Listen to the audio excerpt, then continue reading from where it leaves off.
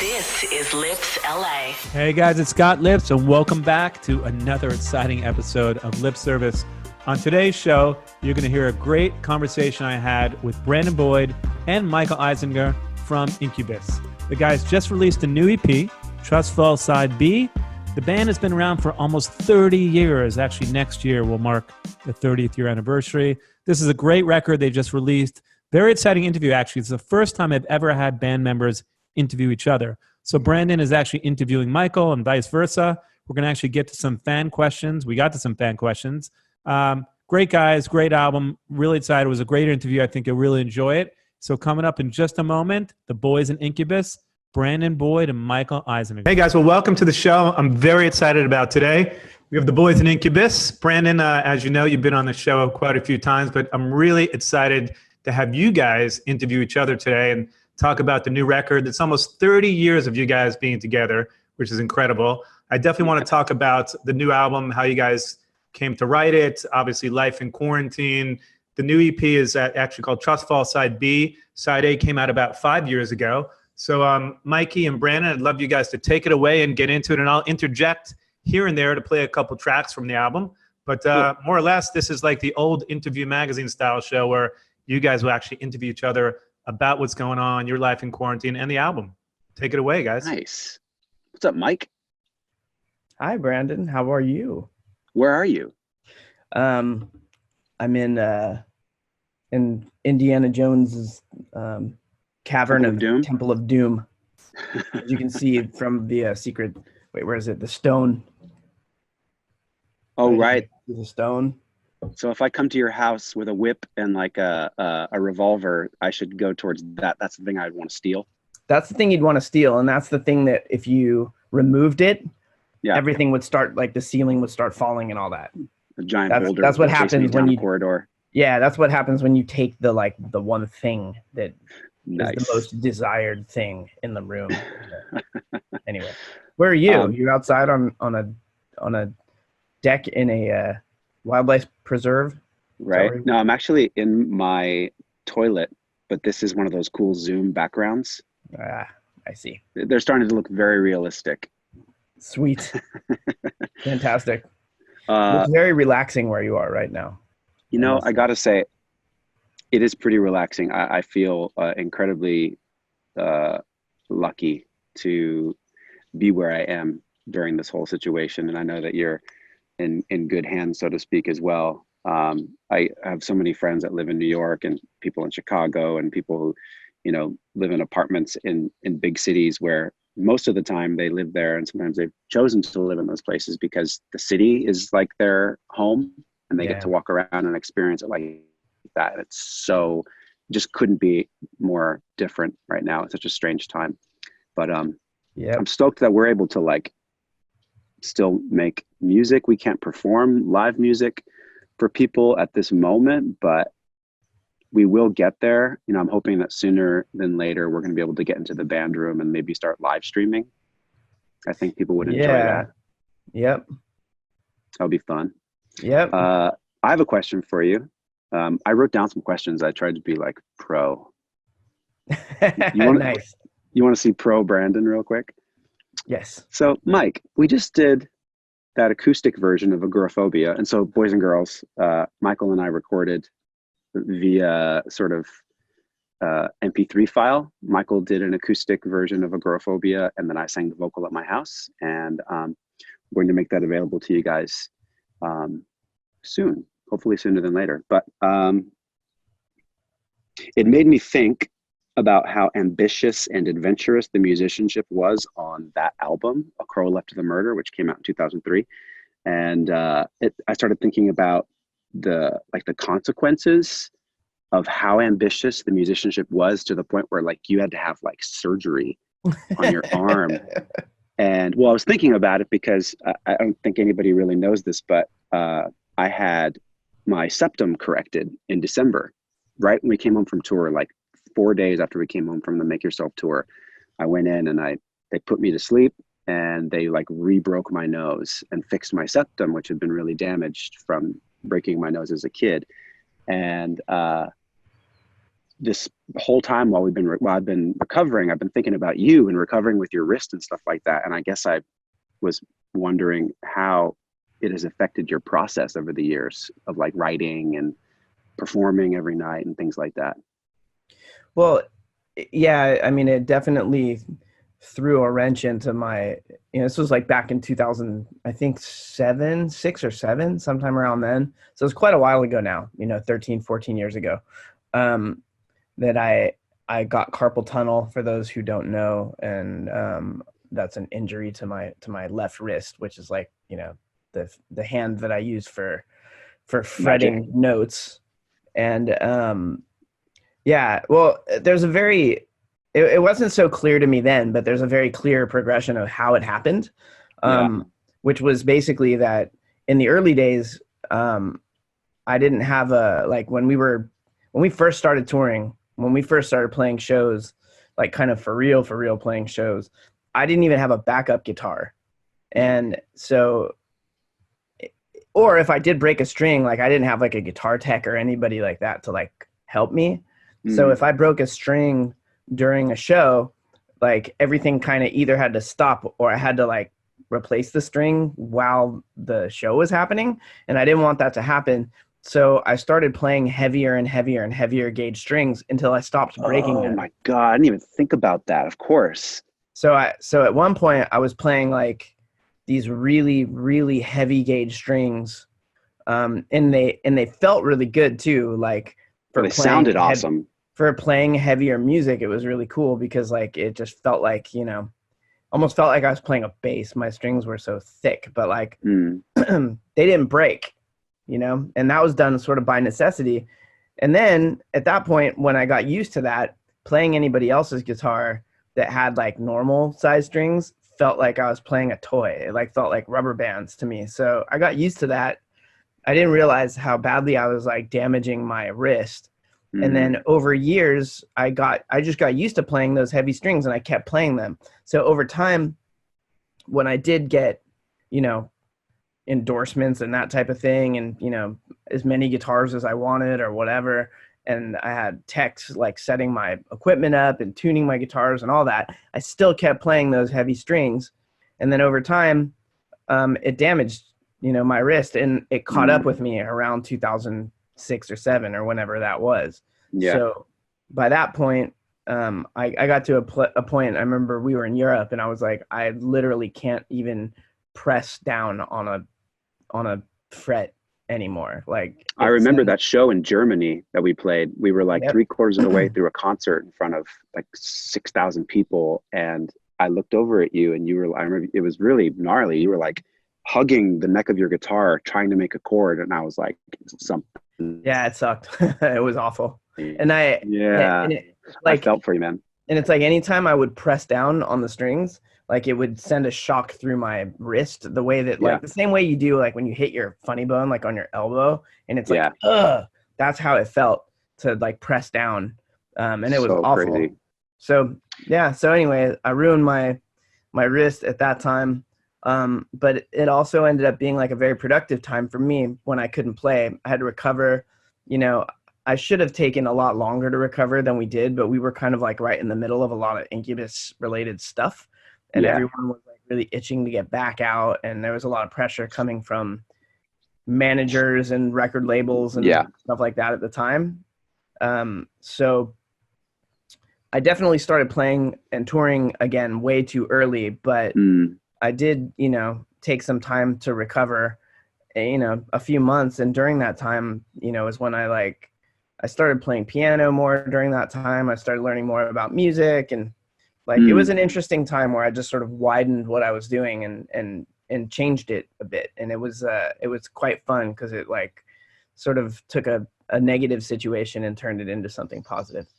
And it's actually a really good point. There's always going to be I guess for lack of a better term, like collateral damage around things that we do. But in this sense, like this is something that we love to do and that we pursue and pursued as a kind of a life. We pursued music as a life. And there are so many things that are, in retrospect, they're like kind of small things, but over the long haul, they end up becoming these things, like these little, like, not, they knock us in different directions, you know, unforeseen circumstances will knock us off into certain directions. And I think that one of the things we can take away from it, and this quarantine situation, this coronavirus situation, is one of those situations where it is a big deal, but I think that there are some potentially positive things that can result of it, in everybody individually focusing on the things that we individually can control,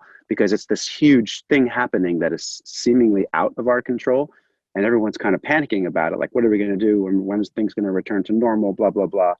But it's a good lesson in, like, slowing down a little bit and just saying, okay, what can I myself control here? So like in your situation, you're like, can't play guitar, I'm going to study music a little bit, you know? And it did, like, some really interesting fruit was born out of that period of time for our band, you know?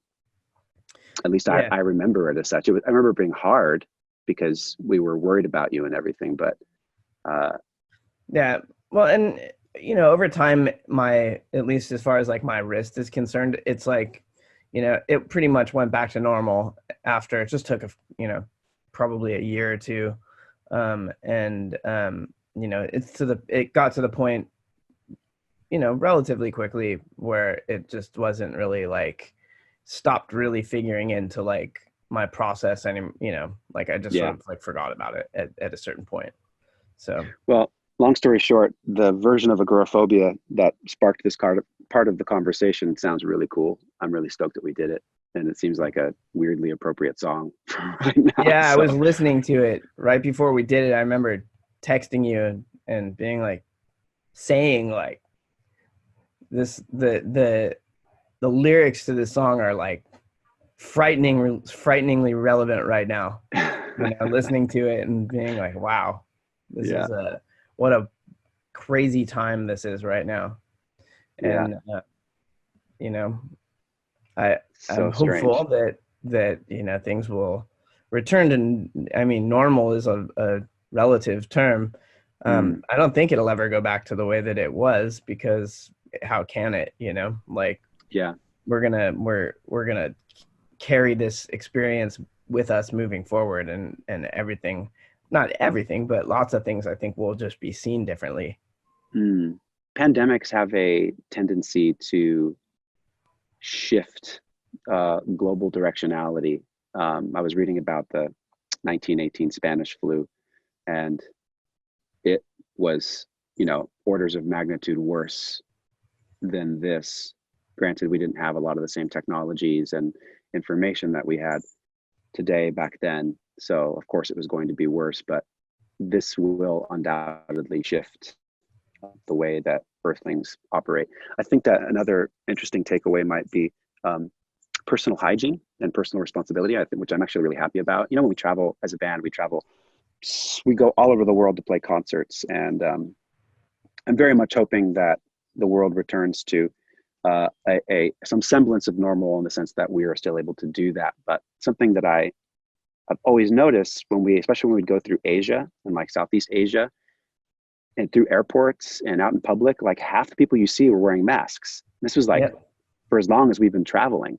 And it's a little bit shocking at first, because you're like, why is everybody covering their faces? But it just culturally, there isn't as much of a stigma attached to wearing a mask. Like here in America or in Europe, you know, like 5 years ago, if you saw somebody wearing a mask at a party, it'd be like, what's wrong with the homeboy? You know? He's been watching those Michael Jackson videos, like, what's going on? But now I think it's actually a really good thing that the stigma has been officially broken here. So if you're not feeling good, even when we're past this, like, just mask up, maybe don't go out, you know? Yeah, my first experience going to the store and really like putting on a mask and wearing gloves, like I you know, and at the time the first time I did that was early, like between the first and second week of March. My wife Anne Marie was like she was very conservative about this whole thing and kind of foresaw a lot of it before I did. Yeah. And she was like very insistent. Like, when you go to the store, you need to wear a mask and gloves, and people weren't doing that yet.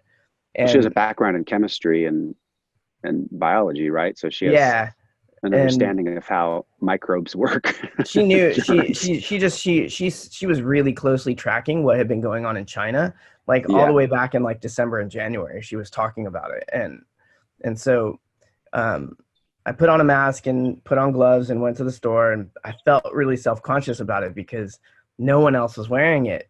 Yeah. And like, that was only a few weeks, it was a month ago, like, and the Yeah. whole world is different now. The whole, the everyone has to wear those things now. You have to wear gloves, but you have to wear a mask. Unless And you're the vice president. We talked I don't about this even yesterday. have word like the guy gets up there and says, well, I know I don't have it. It's like, well, you knew that you didn't have it at the exact moment that you took that test, but you don't know that you didn't have it 5 minutes later, Yeah, exactly. and that's the scariest thing about this whole ordeal is that, the deadliest diseases like Ebola, for example, like the symptoms are so extreme that it's really easy to tell who has these diseases.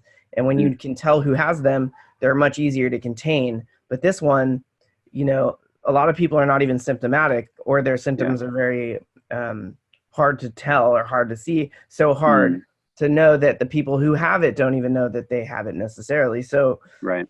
those are the diseases that spread, like really spread, and that's what's been happening with this. And the stupidity, like, of certain governmental leadership is like astonishing to me. Like, it's just like, it's almost a virus in and of itself. Is stupidity it's a contagious? pandemic of its own. It really is just fucking insane. Like, it's, I don't know why I'm laughing. I think that's my only like response when there are things that are so beyond comprehension. I start to chuckle a little bit because, we've been saying this forever. As long as, we've been paying attention to human behavior, it's like that's truly the most anomalous, unpredictable thing is human behavior. Like, this whole situation was, it was not only predictable, it was predicted. People well in advance. Yeah, we've known that this was highly possible. We've known, how to prevent transmission of, obviously this is it's a novel virus, and it's going to behave a little bit differently, but for the most part, yeah. Anyway, let's talk about music. I was going to say, guys, your new record, by the way, sorry to interject, but it's fantastic. And Thanks, Scott. the first single you guys released is called Into the Summer. How appropriate, because I feel like we may not even have a proper summer now. I don't even know what summer is going to be at this point, but I'd love to jump to that song. Into the summer. Yeah, right. I'd love to just talk about for a moment how you guys wrote that song. We'll play the song and we'll be back with you guys interviewing each other. So how did you guys come up with that song, by the way? So the sort of main pieces of the song of Into the Summer came together quite a long time ago, while we were writing songs for Trust Fall Side A. And it was like a sort of just an idea that we were kicking around a little bit. And back at that time, we kind of like put together a bunch of different musical ideas, but didn't really turn all of them into songs. Like, we only turned a few of them into songs. And that was one that I think we always liked, but just sort of didn't really know what to do with. Or it's not that we didn't know what to do with it. Just there were other songs that I think were more captivating to us, or more pieces of music, at least for me, that kind of came together. Anytime we write a song, there's an element of there's an organic way that it comes together. There's like a flow that we achieve.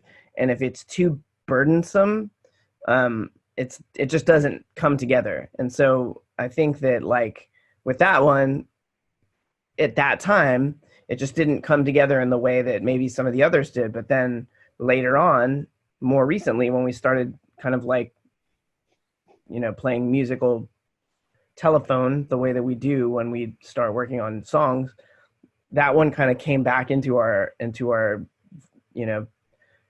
into our point of view and just became a song, you know. And it was interesting because it's such a weird piece of music, and it was fun to it was really fun to hear lyrics and melodies starting to like kind of weave their way into this thing that had existed for such a long time and become something totally new and different. Well, I think it takes on a gonna- whole new meaning with what's going on now, but we'll be back in just a moment. We have a ton of fan questions for you guys. I'm sure you guys saw there was an overwhelming amount of responses to this new record and just the process. So we'll be back in just a moment and talk about the new record a bit more with Michael and Brandon. This is Lips LA. And we're back. So guys, let's get into the new record and just, I guess we can talk about some more tracks on the record. My favorite track on the record is Karma Come Back. I've been playing that a constant repeat in my car. Nice. I guess if you guys want to just talk about the process and maybe answer some of the questions that the fans were so eager to ask about the record, the process, you know, your life in quarantine, we'll get to that obviously. And how is this going to affect the way as a band that you know, get together, how you perform, how you market the record?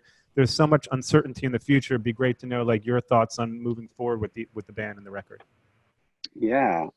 Thank you, by the way, for listening to the record, Scott, and thank you everyone listening for listening to the record. And we are an independent band again after quite a long time. We started our career as an independent band. We put out a record called Fungus Among Us. I think we printed like 1,000 copies, and we sold 1,000 copies after doing a bunch of little, you know, bar gigs and stuff like that.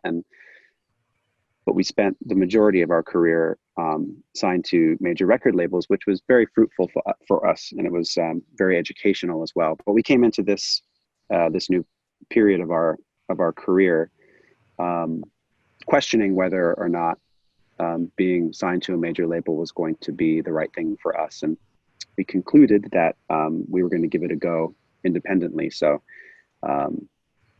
it's been really fun so far. So, but we also don't have those limitless resources that record labels have, those seemingly limitless resources record labels have. So if you guys like it, share it. Say, hey, have you heard this new Incubus stuff? It's good. Check it out, man.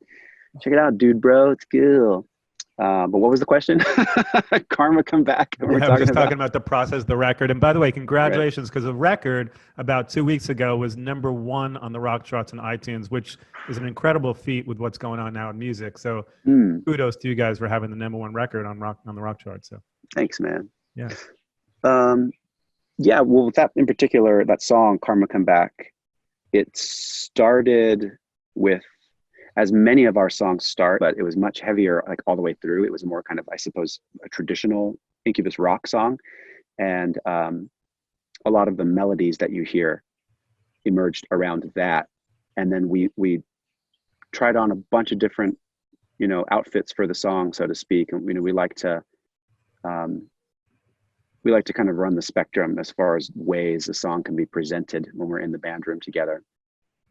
So with this song, we landed on starting it with a little bit more of like we slowed it down, we scaled it back, and we made it a little bit more kind of like ominous sounding, like it was creeping up on you, and kept the melody, and something kind of interesting happened. I don't know, can you speak to that at all, Mike?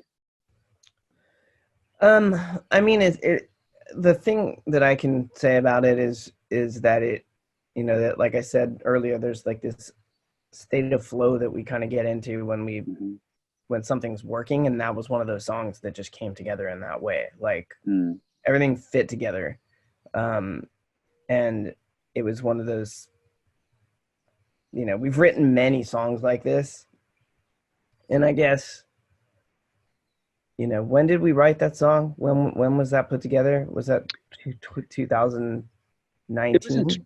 I think it was in 2019. It was before we went on the 20 Years of Make Yourself tour. Yeah, I mean, it's like we've written so many songs at this point and recorded so many songs that sometimes it's difficult to keep track of like when they happen, because now more than ever, you know, we used to like record albums and it was always done in like a very focused, concerted period of time, where like Morning View, for example, was written and recorded during a period of about 4 months. The entire record was conceived of, written, and recorded during that period of time. Make Yourself was similar, and so was Crow. And it was like during, and music was consumed that way as well. It was like, it wasn't just, it was a two-way street as far as that was concerned. But now, in today's world, it's sort of a rolling basis. Like, music is coming out constantly, and it's not, and we don't make music the same way that we used to. I think the world has just changed a lot. Like, we could do it that way, but it's harder and harder. It becomes harder and harder to do it that way. But in today's world, like, we're constantly kind of writing and then just releasing things as they, even with the Trust Fall side B, like, we released Into the Summer before a lot of the other songs were even finished, So it's like, before they were finished. Exactly. So it's like these songs, like, we're finishing some, we're starting others, we're recording some while we're writing others. Like, it all, the process just kind of endlessly sort of bleeds into whatever came before it and whatever comes after it. So it's very amorphous now. It's not like so well defined. And so that song Karma Come Back was like amidst sort of a period of where things were just sort of fitting together. And I just remember, once we kind of had the pieces of that song together, it kind of felt like, oh, like, there are going to be others too, like sometimes we write songs in isolation where it's like just a song. Like, Into the Summer sort of felt like that, actually. Like, that song was kind of its own project, but and I don't know if what I'm saying right now makes any sense at all, but Karma Come Back was like part of a small group of songs that we were trying to write and record and finish while we were on the road. Along with On Without You, that was On Without Me happened. We recorded that song. We were writing that song while we were on the 20 Years of Make Yourself tour. Every sound check, we would show up a little bit early and just get on stage and chip away at that track. And then I was like fine tuning the lyrics, but I had a really good sense of what the melodies wanted to be in that song. And then speaking to that flow state that Michael was referring to, and as it pertains to our songwriting, I've learned over the years that I can, myself, I can be either a participant and a co-conspirator in that flow process, or I can also end up being unwittingly like a barrier to it, in that I will, with all of my best intentions, show up as a singer and a lyricist, and like what's happening, for instance, with Into the Summer, when we first started writing it in like 2014. Some of the music for like what became the verses and kind of that lead guitar riff, and I really liked it, but I couldn't get into that flow thing with it. And so we ended up agreeing like, this is a cool idea, but we like shelved it for a period of time, and we almost kind of forgot about it. And then it came up. I was looking for something else in my treasure trove of band demos, MP3s that I have. And it popped back up, and I pushed play, and I was like, oh yeah, I remember this one. And all it took was to hear it with fresh ears, like 4 or 5 years later. And all of a sudden, all these melodies and all this whole lyric just came spilling out. And Mikey, I think I asked you to change like one note in the chorus. And then all of a sudden the song just like I was able to show up in the flow with the guys. And so it's songwriting, and it's such a kind of, Michael was saying, it's a very nebulous process. It's a very, it's like swimming in some, non-linear soup. You're just kind of swimming around, and you're pulling imagery, and you're pulling sounds and things all together, and then mushing them together, and then showing each other like, what about this soup? Do you like this soup? And sometimes it's like amazing. Cooking, yeah, it's like cooking. Exactly. In terms of this record, in terms of where the future of the business is going, I mean, I feel like and a bunch of the people that wrote in had written things like, how do you see the music industry and your band evolving over the next couple of years with everything going on?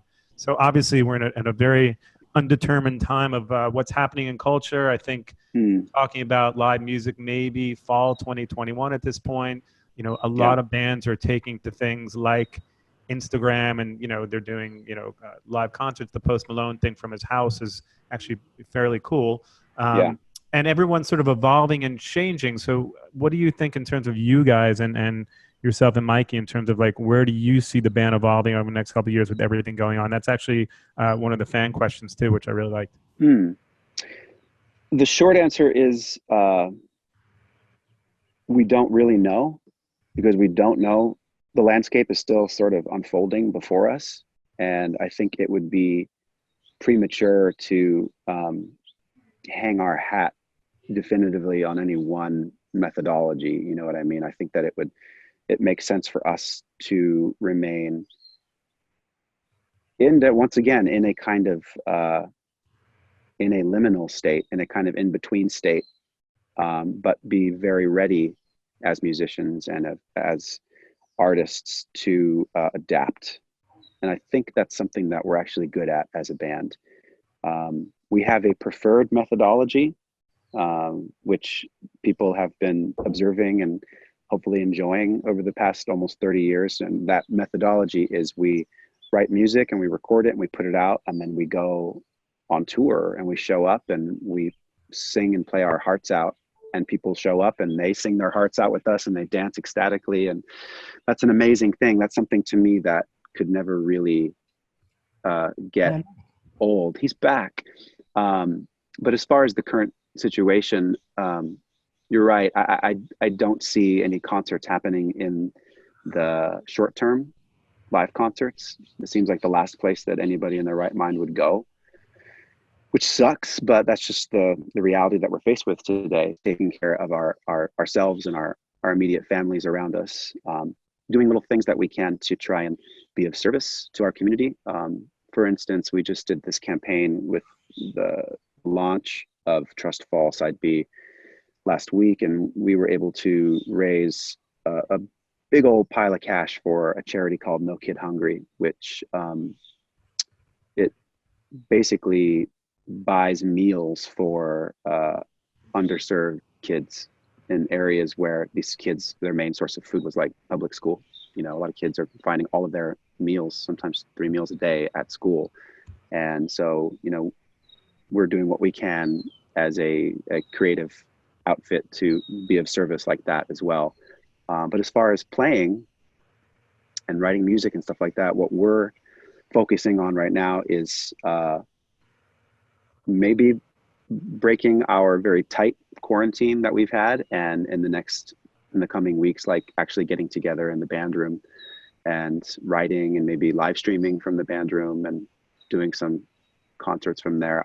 I personally would love to do that. I think the guys and everybody in the band would also love to do that, if only just to like get our fucking wiggles out a little bit. Like, we've all been cooped up at home for so long. I think it would be really enjoyable for people who enjoy our band to see us in a room together doing the thing. So that's in the immediate. The long term, we're just going to try and be as adaptable as we know how to be. And, fortunately, this is the stuff that human beings are the best at. Like, what's the old saying? Necessity is the mother of invention. Yeah. This is how good things happen. Good things emerge out of bad circumstances. We just need to have a frame of mind that allows us to look for the good things. So let's talk about some of the fan questions and get into it. There's some great questions there. All right, cool. Brandon Boyd, see, what's one thing that you are doing to relieve stress during quarantine? This question was asked by Casey Simmons. Besides furiously masturbating multiple times a day. I was trying to get you to spit your coffee out. All right, you succeeded. Let's just assume you succeeded. I have been, Michael, you'll be, maybe you'll be warmed to hear this. I've really been like I don't know any other way to put it. I've been like bonding with my guitar. I have a late 50s Gibson Parlor acoustic. You know, that one that I've had for years? Mm-hmm. Been like bonding with it. I sit down with it every day for like hours and uh, learning lots of people's songs that I've always liked and really figuring out how many songs are written with the same like 4 and 5 chords. It's pretty incredible, actually. And so I've been learning some of these songs well enough that I've done like little crappy recordings of them at my house.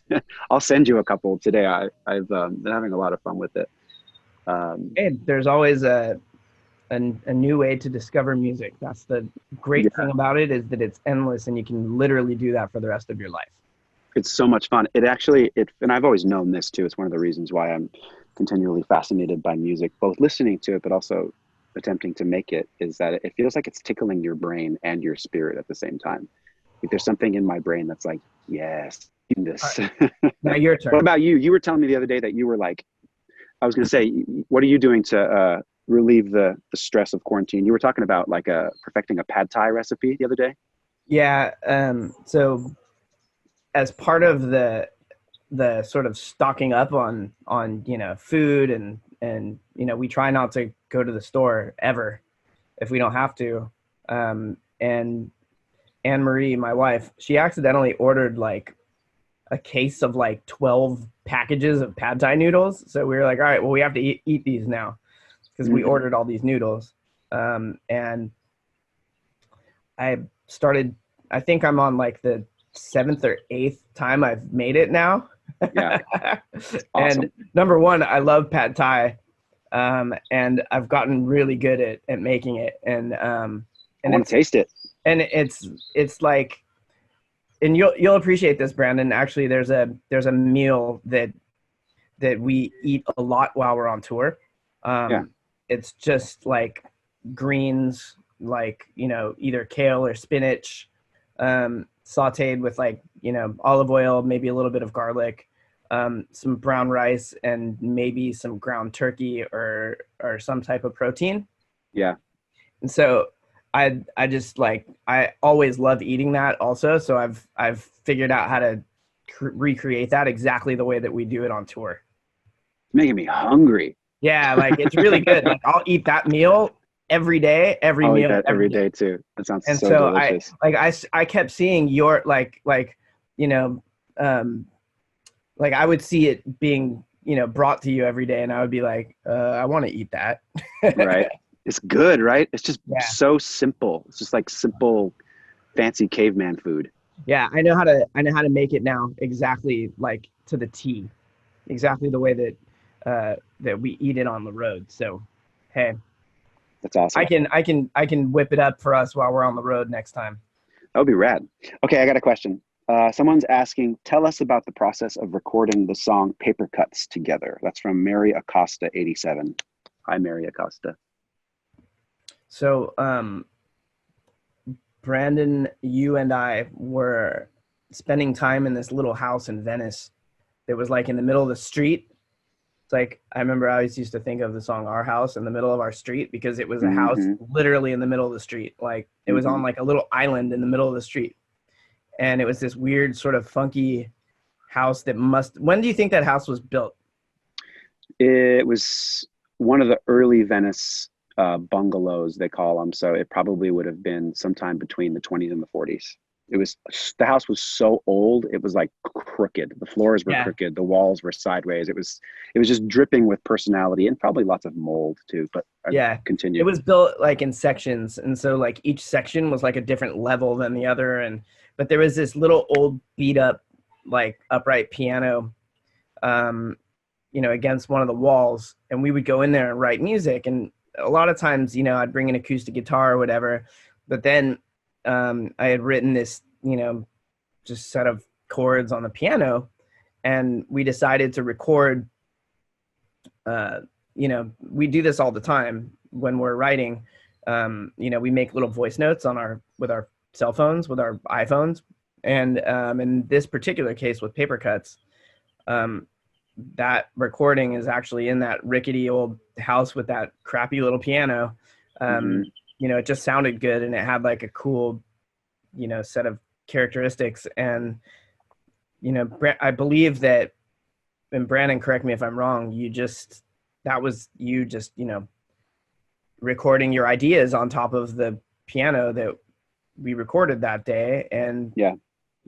It ended up being really cool. And, we decided to release it because it was like something that we didn't necessarily think we like. Sometimes we would take that and then turn it into an Incubus song in the more traditional sense, like Scale it up. Yeah, like bass drums and keyboards and, make a bigger production out of it. But that just seemed like it didn't really need anything else. Right. And we've written several songs like that in the past. And those are some of my favorites, actually. Like they're the most intimate, they're the most personal. So I love that we put that song out, and I love that you connected with it the way that you did. On that note, which are your favorite Incubus songs? Our favorite Incubus songs? Ooh. Yeah, I mean that's another fan Scott, question. I'm sure you can attest to this.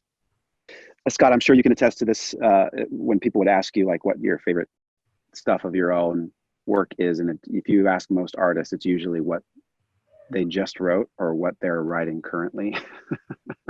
So my answer to that question today is a song that's actually on the EP. It's called On Without Me.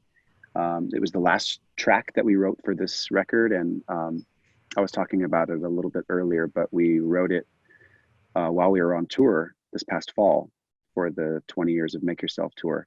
We would just show up every day at soundcheck, and we would plug in and we would chip away at the song. And it gave me an unusual opportunity to hear the song at volume every day for like 2 months before I truly made up my mind about what I wanted to do with it lyrically and melodically. So I had a pretty strong idea of what I wanted to do melodically with it, but then the lyrics and little bits of the melody were being honed over the course of a couple of months. So we came home and laid that track down, and it was the last one we recorded, and that one's my favorite for today. Awesome. Mikey, what's your favorite Incubus songs? This is the hardest question. And that's the most stereotypical answer that I think a musician or any artist would give. Oh, it's such a hard question. But I'm actually going to say that, like, I agree with what Brandon said, but I've also kind of, in a certain way, from a certain perspective, had a bit of a change of heart in terms of like whatever we're doing now being like the favorite thing. Like if you would have asked me this question 10 years ago, I would have said that exactly. But I think the older that I get and the more distance and time that comes between like the earlier albums and recordings that we made as a band, and also just the history of the band as we get further and further into our career and further and further into aging, I become, I think, more, number one, just more appreciative, and also like continually astonished at what we were able to write and record and how we were able to connect with people, because it's really hard to do that.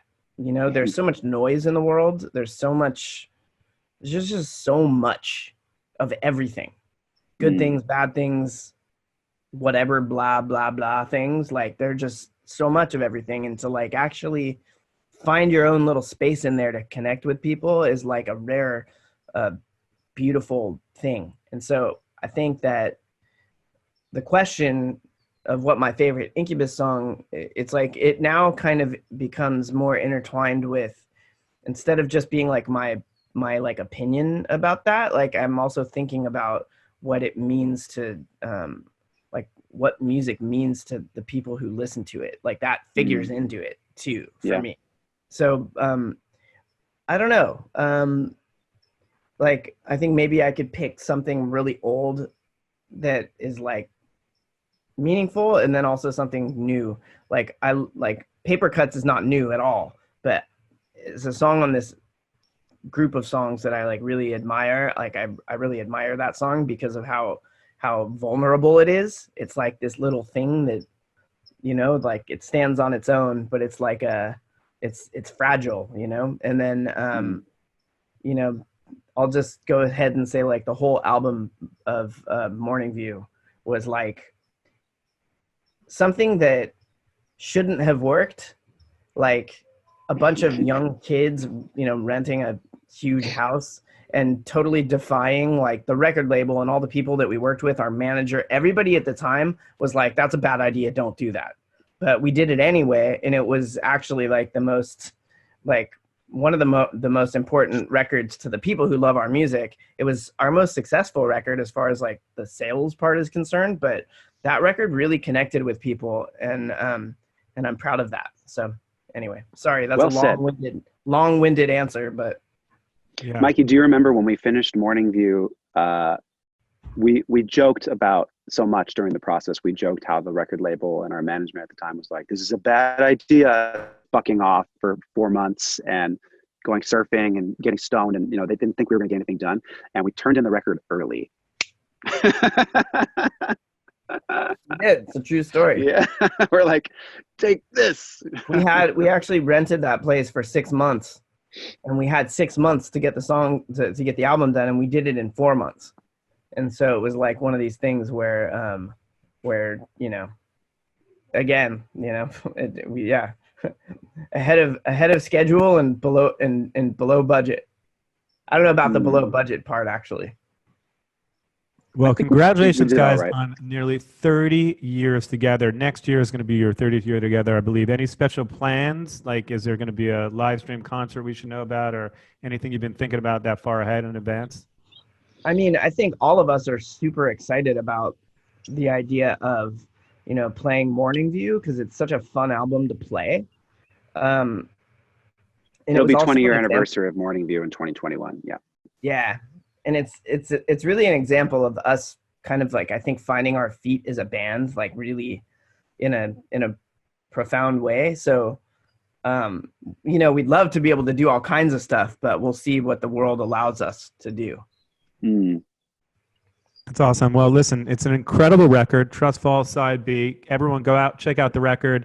Definitely check out all the live stream and stuff that you guys have going on. This is so fun. I mean, I feel like I should do this more often. I love the band-on-band interview. That way you don't have to hear my voice and it's only you guys. It's great. Anything else we should talk about? The charity, Brandon, you want to mention that just in closing if people want to donate money to it? Oh, sure. Yeah, so we've had the Make Yourself Foundation, which is our band's nonprofit. We've had it since 2003.